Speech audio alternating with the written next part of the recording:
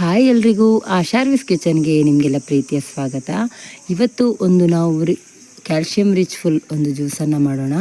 ಇಲ್ಲಿ ನೋಡಿ ನಾನು ಯಾವ ರೀತಿ ಬಂದಿದೆ ಜ್ಯೂಸ್ ಅಂತ ತೋರಿಸ್ತಾ ಇದ್ದೇನೆ. ತುಂಬ ಸಿಂಪಲ್ಲಾಗಿ ಮನೆಯಲ್ಲೇ ಇರುವ ಐಟಮ್ಸಲ್ಲಿ ಮಾಡುವಂಥದ್ದು. ನೋಡಿ ಇಲ್ಲಿ ನಾನು ಬಿಳಿ ಎಳ್ಳನ್ನು ತಗೊಂಡಿದ್ದೇನೆ. ಇದು ತುಂಬ ಒಳ್ಳೆಯದು ನಮಗೆ ಮಂಡಿ ನೋವು, ಸೊಂಟ ನೋವೆಲ್ಲ ಇದ್ದಾಗ ಇದರದ್ದು ಜ್ಯೂಸ್ ಮಾಡಿ ಕುಡಿದ್ರಂತೂ ತುಂಬ ಚೆನ್ನಾಗಿರ್ತದೆ. ಮತ್ತು ಇವಾಗ ಸೆಕೆಗೆ ಕೂಡ ನಮ್ಮ ಮೈಯೆಲ್ಲ ಉಷ್ಣ ತುಂಬ ಇರ್ತದಲ್ಲ, ಹಾಗಾಗಿ ಈ ಜ್ಯೂಸನ್ನು ಮಾಡಿ ನಾವು ಕುಡಿದ್ರೆ ತುಂಬ ಚೆನ್ನಾಗಿರ್ತದೆ. ಮೊದಲಿಗೆ ನಾನು ಅರ್ಧ ಕಪ್ಪಷ್ಟು ಎಳ್ಳನ್ನು ತಗೊಂಡು ಈ ರೀತಿ ಸ್ಟ್ರೈನರ್ ಸಹಾಯದಿಂದ ಇದನ್ನು ನೀರು ಹಾಕ್ಕೊಂಡು ತೊಳಿತಾ ಇದ್ದೇನೆ.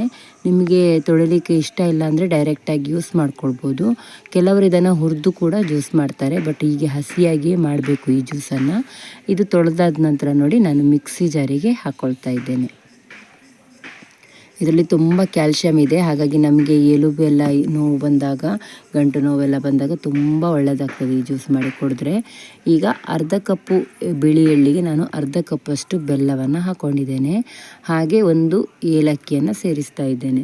ನೀವು ಸಣ್ಣ ಏಲಕ್ಕಿ ಆದರೆ 2 ಹಾಕ್ಕೊಳ್ಬೋದು. ಇದು ಸ್ವಲ್ಪ ದೊಡ್ಡದಿತ್ತು, ಹಾಗಾಗಿ ನಾನು ಒಂದು ಏಲಕ್ಕಿಯನ್ನು ಈ ರೀತಿ ಸಿಪ್ಪೆ ಬಿಡಿಸ್ಕೊಂಡು ಹಾಕ್ತಾ ಇದ್ದೇನೆ. ಏಲಕ್ಕಿ ಪುಡಿ ಇದ್ದರೆ ಅದನ್ನು ಕೂಡ ನೀವು ಅರ್ಧ ಚಮಚ ಹಾಕ್ಕೊಳ್ಬೋದು, ಏಲಕ್ಕಿ ಕಾಳಿನ ಬದಲು. ನಂತರ ಇದಕ್ಕೆ ನಾನಿಲ್ಲಿ ನೋಡಿ 1 ಕಪ್ ನೀರು ತಗೊಂಡಿದ್ದೇನೆ. ಅದರಲ್ಲಿ ಒಂದು 3/4 ಭಾಗದಷ್ಟು ನೀರು ಹಾಕ್ಕೊಂಡು ಇದನ್ನು ನಾವೀಗ ರುಬ್ಕೊಂಡು ತರಬೇಕು.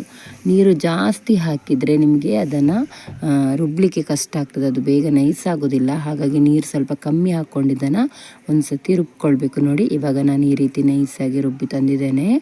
ಇದಕ್ಕೀಗ ಉಳಿದಿರುವ ನೀರನ್ನು ಹಾಕ್ತಾ ಇದ್ದೇನೆ. ಇವಾಗ ಟೋಟಲಾಗಿ 1 ಕಪ್ ಆಯಿತು.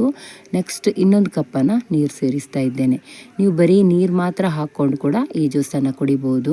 ನಾನಿಲ್ಲಿ 1 ಕಪ್ಪಷ್ಟು ಹಾಲನ್ನು ಸಹ ಸೇರಿಸ್ತಾ ಇದ್ದೇನೆ. ಇವಾಗ 2 ಕಪ್ಪು ನೀರು, 1 ಕಪ್ಪು ಹಾಲು, ಟೋಟಲಾಗಿ 3 ಕಪ್ಪಷ್ಟು ಜ್ಯೂಸು ರೆಡಿಯಾಗಿದೆ. ಇದನ್ನು ಒಂದು ಸತಿ ಮಿಕ್ಸಿ ಜಾರಿಗೆ ಎಲ್ಲ ಹಾಕಿದ್ದೆ ಅಲ್ಲ, ಒಂದು ಸತಿ ಗ್ರೈಂಡ್ ಮಾಡ್ಕೊಂಡು ತರೋಣ. ಜಸ್ಟ್ ಒಂದು ಸತಿ ತಿರುಗಿಸಿದ್ರೆ ಸಾಕು, ಇಲ್ಲ ನೀವು ಪಾತ್ರಕ್ಕೆ ಹಾಕ್ಕೊಂಡು ಸೇರಿಸ್ಕೊಳ್ಬೋದು. ನೋಡಿ ಇವಾಗ ರುಚಿಯಾದ ಎಳ್ಳಿನ ಜ್ಯೂಸು ರೆಡಿಯಾಗಿದೆ. ಇದನ್ನು ನೀವು ಸಹ ಒಂದು ಸತಿ ಮನೇಲಿ ಮಾಡಿ. ಇವಾಗಿನ ವೆದರಿಗೆ ಇದು ತುಂಬ ಒಳ್ಳೆಯದು, ಶರೀರಕ್ಕೆ ತುಂಬ ತಂಪಿದು. ಇವಾಗ ಇದನ್ನು ನಾನು ಸ್ಟ್ರೈನರ್ ಸಹಾಯದಿಂದ ಸೋಸ್ಕೊಳ್ತಾ ಇದ್ದೇನೆ.